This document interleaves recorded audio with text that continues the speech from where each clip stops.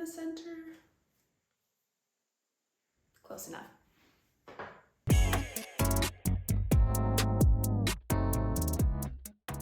Hi there. Firstly, I would like to preface this video by saying that these are just my suggestions and you can use whatever idioms you'd like. I'm not the type of teacher that says, don't say this or this is wrong if it's not really incorrect.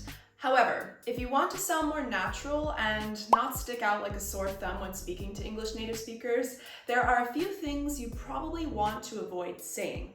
So in this video, I'm going to introduce you to 6 idioms that are a little bit weird or outdated, and then I'm going to give you some great alternatives that you can use instead, which will sound much better. So let's get started. Number 1, it's raining cats and dogs. This means it's raining really hard. You better take an umbrella because it's raining cats and dogs out there. So this idiom is rarely used, and I suggest using the phrase it's pouring instead. You better take an umbrella because it's pouring out there. Number 2, to croak. This means to die. I should mention that when used normally, to croak is a verb which refers to the sound that a frog makes, but in this case it means to die.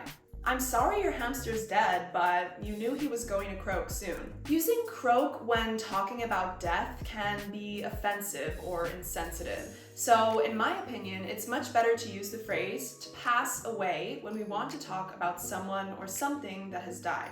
I'm sorry your hamster's dead, but you knew he was going to pass away soon. Number 3, I could eat a horse. This means I'm really hungry. I haven't eaten all day. I could eat a horse. This is a rarely used idiom, and in my opinion, I think it should be replaced with I'm starving, because this is the most commonly used phrase in English to say that you're really hungry. I haven't eaten all day. I'm starving.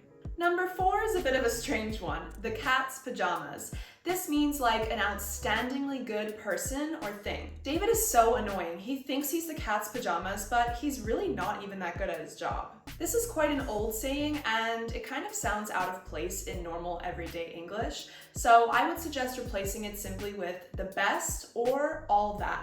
David is so annoying. He thinks he's the best. David is so annoying. He thinks he's all that.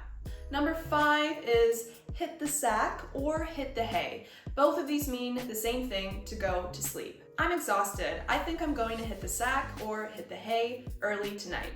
Again, this isn't really a common idiom. It sounds much more natural to just say turn in for the night or simply go to bed. I'm exhausted. I think I'm gonna go to bed early tonight. And finally, number 6, mum's the word. This means I won't speak about this. Don't worry, I won't tell anyone, I promise. Mum's the word. So the word mum in the idiom mum's the word is not talking about mother. It actually comes from an Old English word used in Shakespearean English. The root word is mom. This word was used between 1350 and 1400, and the definition was similar to be silent or do not reveal. However, these days this idiom is rarely used. I suggest saying my lips are sealed as an alternative and more popular idiom. To seal something means to close it tightly. So my lips are closed, my lips are sealed. Don't worry, I won't tell anyone, I promise. My lips are sealed. That's it. Now you know 6 idioms that are rarely used by native speakers and the best alternatives to use instead. Idioms are a really big part of English, and if you want to be understood when speaking English and also understand native speakers, then keep learning and practicing idioms. Thank you so much for watching.